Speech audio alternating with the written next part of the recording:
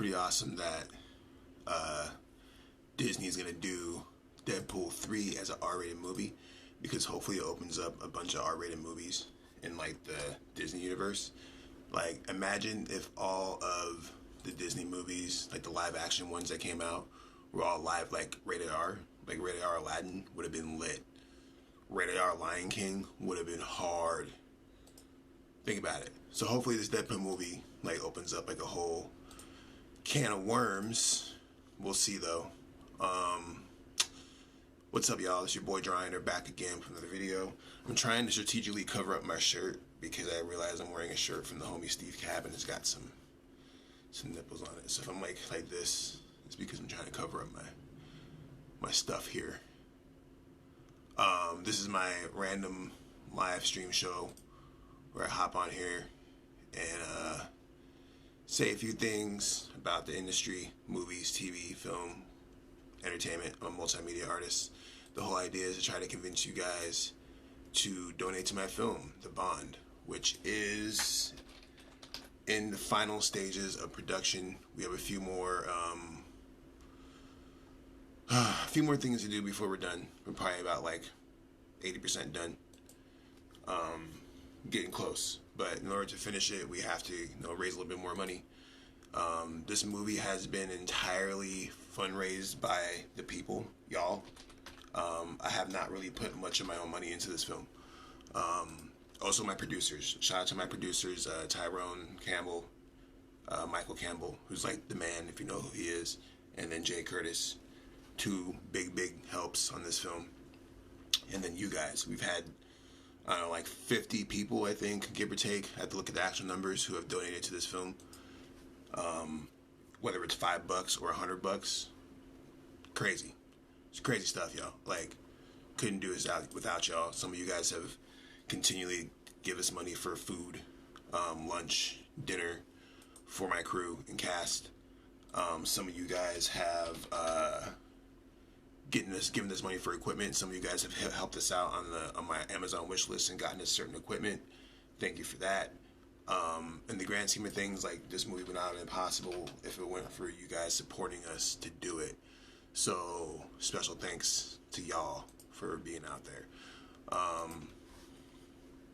Yeah, it's amazing stuff. It really motivates me because, like, I feel like if I didn't crowdfund this film, I wouldn't be as motivated to get it done. I probably spend at least 6 to 8 hours every single day working on this film in some way, shape, or form, whether it's me getting schedules together, doing posters, editing, color correcting, working with sound design.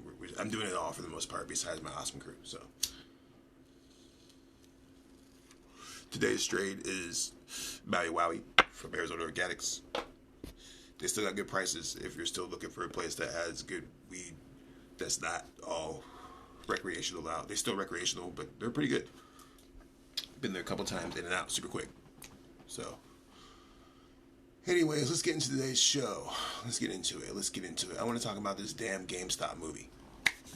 Now, I'm not going to talk about the GameStop situation so much because I just don't want to.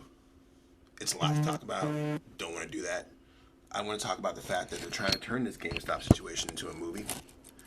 And this gives me an opportunity to talk film because that's kind of what the show mostly is film-related stuff. So, they're talking about turning this into this whole GameStop situation, which, if quick summary, it's about shorting stocks and the people versus the hedge funds and big stock versus the little man. It's a lot going on. Don't want to really get into it. But the grand scheme is that allegedly Netflix is reaching out to the people involved on the Reddit forum to create a film. I think mostly they're centering around the guy who started the forum, or the guy who started the post, who got the idea to take advantage of the short funds and all that stuff. What's interesting about it is the fact that I think personally that this movie's going to be fucking terrible. And the reason why it's going to be terrible is, well, I shouldn't immediately say it's going to be terrible, but all signs point to it being not very good. And it has nothing necessarily to do with the situation, but more so what I always talk about when it comes to characters in movies is the fact that it's really hard to make a movie around an event like, I don't know, Pearl Harbor. Pearl Harbor is actually a good example. If you ever seen the movie Pearl Harbor, Michael Bay, I think, did that movie. I'm not sure who exactly. I don't remember who did Pearl Harbor. I want to say it was Michael Bay. Might be wrong. I could probably look it up. Not going to. Doesn't matter. But anyways, with this film, obviously it was supposed to be about the event of Pearl Harbor, and as you know, it's a tragic event where the Japanese bombed the shit out of Pearl Harbor in Hawaii. Mad people died. Crazy scenario. Very sad. But the issue with that movie, which I think is like 2.5 hours long, unnecessarily long, is the fact that the movie, for the most part, is not about Pearl Harbor. It's about the three characters. I think Liv Tyler's in that movie, Ben Affleck, and I don't remember who the other person is. It might be Matt Damon. I don't know. It doesn't matter. It's about a love triangle. Liv Tyler wants to bang Ben Affleck, yada, yada, yada. It's a whole love triangle for like the first hour and a half of this film, and then Pearl Harbor happens, and then there's like an aftermath where they go to war. But for the first hour and a half of this film, it is not about Pearl Harbor. It's not about the Japanese bombing fucking Josh Hartnett. Thank you. It wasn't about the Japanese bombing Pearl Harbor. It was about this love triangle and who was going to bang who and who was going to end up with who. And what it ended up being was a rope-a-dope, because this movie was actually kind of more aimed towards women because of that love story and the way they approached it. Very Titanic-y. And Titanic is actually another prime example. Titanic is like 3 hours long. Long-ass movie. The actual part of the movie that we care about, the Titanic part, is probably like at the most 20 minutes, 30 minutes. The rest of the movie is about Leonardo DiCaprio trying to bang this chick. That's most of the movie. So now let's get back around to this GameStop movie. The time I'm making this GameStop movie. First of all, we're going to be focusing on a character that's going to probably be kind of nerdy. I don't even know, and this is me just totally speculating. I don't know anything about the guy who made the original post, but he's either like an avid stock trader or he's a super nerd. Cool, whatever. They're going to probably get Joseph Gordon-Levitt to play this dude because Joseph Gordon-Levitt does all the nerd shit. That's his lane. So Joseph Gordon-Levitt's going to be on here and he's going to be like, oh, gee, this is blah. I'm going to hop on here and I'm going to type up this stuff and I'm going to convince these people to steal this money from these hedge funds. That's the main thing of the movie, and then the reaction to it, right? But if you think about that, that's like 20 minutes. That's like 20, 30 minutes of a movie right there. You cannot make an entire movie off of that moment. You just can't. So what they're going to have to do is one or two things. One, they're going to have to like really dive into this dude's story beforehand, and it's going to be a situation where they like embellish the hell out of it. He's going to be like broke as shit, probably works at McDonald's, probably has 3 baby mamas, and is just like, I have no other choice other than to do this. Or they're just gonna lie, just straight up just lie and make Joseph Gordon-Levitt just like pure, just sex symbol. Actually, they might switch up Joseph Gordon-Levitt with Ryan Gosling, and then what they do is they have Ryan Gosling in a love situation where he's like, his girlfriend wants to leave him because he keeps getting addicted to stocks or selling stocks or something like that, and then he's gonna be like, oh, what do I do? And then he's gonna be like, oh, and then the movie starts. The actual part where you're trying to see the GameStop movie. This is the big problem that happens with all event-based movies, is that all event-based movies can't happen unless you have characters that propel the movie. Another prime example is World Trade Center. World Trade Center with Nicolas Cage, I believe, is in that movie. That whole movie, wasn't really much besides the character dealing with the event. And that's what most of these event-based movies are about, is the characters dealing with events. Like, how does this character respond to it? And that's why I think the GameStop movie is going to be trash, because at the end of the day, most of the people who watch that movie don't even really, most of the people who know what's going on with the GameStop or heard about it don't even really know what the whole situation is or the fine details. The movie might decide to dive into that, but in the grand scheme of things, it's going to be kind of boring. You're still going to watch it, though. Especially if you made money off it. You're going to go watch it. But it's just fascinating to me because Hollywood is trying to cash in on the clout chasing and like the hype of things. Like, oh, that's hype. We can make movie off hype. You can't really make movie off hype. I'm sorry, you can make movie off hype, but you can't make a great movie off hype. I can't think of very hype-based event movies that are super popping that are like, oh, you have to go see, because most of them all fall into the same category of what I'm explaining before of like character flaws, where it's like, what's that? Going back to Pearl Harbor or Titanic, 2/3 of the movie, hell, 3/4 of the movie is not what you want to see, which is the Titanic sink. When I went to go see Titanic for the first time, I thought it was the most boring movie of my life because of that exact point, like where it was just Leonardo trying to bang this chick for a good 2 hours, succeeds, gets the box, and then the boat sinks, and it's like, cool, like, great movie.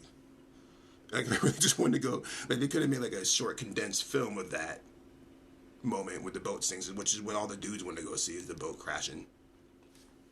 But in the GameStop movie, there's no boat crashing, there's no action, there's no moment where it's like, damn, I'm trying to go see that on the big screen, like, the stocks, right, the stock market going up, candles going up, like, nah, man, it's gonna be whack. It's gonna be whack. Anyways, moving on. We'll see what happens, because, you know, they're trying to cash and everything. Let's read some comments, though. What's up, Chris? I need to reach out to you a little bit, because we got another movie to make here soon, bro. Chris says, yeah, the actual levity of the situation isn't quite big enough yet to make a movie out of it. Need to wait and see the actual effect of the event is before making a film about it. Yeah, I agree. I mean, the thing is still ongoing. The whole situation with the whole GameStop thing is not over yet, even though they're definitely trying to make it seem that way. A lot of manipulation going on, and FUD, if you don't know, that's fear, uncertainty, and development. For those of you not in the mix, people spreading FUD. Wild times. And yeah, I think it would actually be much more compelling as like a Netflix documentary than it would a movie. Netflix documentary, like, told in the style of like How to Make a Murder, or whatever that doc was called. In those same type of beats with that same type of energy, I think will work very, very well. Way better than a movie. I just can't see the character arc in the grand scheme of like how character changes after that. I don't know. And like I said, I haven't done enough research. I just know when they announced the GameStop movie, I was like, y'all are wild. That should be a doc. That should be a hardcore documentary. But I think at the same time, they're not trying to educate people. They're just trying to entertain. There's a difference there. Anyways, moving on. We are talking about Drake, your guys' favorite rapper. So the thing about Drake is that he's actually overdue for an album right now. He was supposed to drop his album, Certified Lover Boy, sometime in January, which was surprising that he was going to be dropping in January. But then he pushed it back. Drake had some pretty big singles last year. Cry Now, Laugh Later is a great song. He had a couple songs with DJ Khaled. But I think the thing about Drake is that, like, you guys don't appreciate Drake enough. Like, and I'm not even really trying to make this like a Drake stan post, because, like, honestly, in the grand scheme of things, like, it is what it is. If you don't like the man, you don't like the man. But I will say that y'all don't deserve another album from Drake. Like, if Drake never dropped again, I wouldn't be mad at that, but it'd be like, I see that. It's almost the same reason, like, I think about an artist like Rihanna, who, in my opinion, arguably, before you get all tight, arguably, one of the most important artists of this generation. I mean, she is. That's not arguable, but she's like top 3 for me. And mostly because, you know, she went like 5 summers. No, she went 8 summers, 9 summers straight on y'all. 9 summers Rihanna did. Hit every summer. She went like a whole decade on y'all of just dropping just classic generational defining songs. And then she went ghost for like 4 years. And she still hasn't dropped the album. It's been almost 5 years since her last album. And I think at some point in time, like, Rihanna like she realized, like, y'all don't deserve me. Y'all don't give me that appreciation. Y'all don't give me that love. Because at the end of the day, when you are older, and this is when I'm talking to like the younger generation here, when you are older and you are looking back on the music of this time, there's gonna be a sense of nostalgia and fondness for Drake, and I'll tell you why. Because at the end of the day, he has carved out a sound and a lane that is truly his. Whether it's ghostwritten or whatever, the fact of the matter is that Drake has done more for hip hop than the vast majority of any other rapper in the history of rap. Period. Point blank. He is worth like 8% of the Toronto's GDP. That means that 8% of the entire economy of Toronto centers around Drake. I cannot think of a single musician in the entire game, period, that has that type of like level of like influence on the city and in turn on the world. Because if you have a city that beloves you, then it's kind of rap. It was interesting because I was watching it was on Reddit the other day, and it was a video of them showing love to Freeway. It was at the Phillies game, 76ers game, and the announcer hops on, and he's all like, "Oh yeah, shout out to Philly's finest, one of the greatest rappers in Philly history, Freeway." And then they play, What We Do Is Wrong. You know what we do is wrong. They play that song, and they start like cutting to all these different people in the crowd, like rapping bar for bar for the lyrics. And it just had me thinking, like, man, like, first of all, there weren't a lot of people rapping these songs. You know what I'm saying? So it wasn't like the whole stadium, like, got up and started rapping the lyrics word for word. It wasn't like that. But there were, like, definitely some, like, dedicated fans who were just, like, hyped. I feel like with Drake, and they might even do this with Drake, I don't even know. But I feel like if they, like, at a Toronto's Raptors game, if Drake was sitting there, and they decided to play some Drake hits, the vast majority of the crowd, if not everybody in the crowd, would know every single one of those songs if they play the singles. And there's a very few artists who fill that lane. Like Jay-Z can do that, sure. Drake, Kanye, Dre, Eminem, Nas. That's kind of about it, though. LL Cool J. Don't count out LL Cool J. He's like actually one of the biggest hit makers of all time. But the point is that once you reach a certain level of like notoriety and fame, it's like you don't have to necessarily even do what you're trying to do anymore. And Drake dropping Certified Lover Boy, that's not for y'all, that's for him. Because you don't appreciate that. Because if he did, it would have been out by now. He's been trying. I mean, I think that's the thing that Drake's been having problems with, is that it's a situation where he dropped the Tootsie Slide, which is terrible.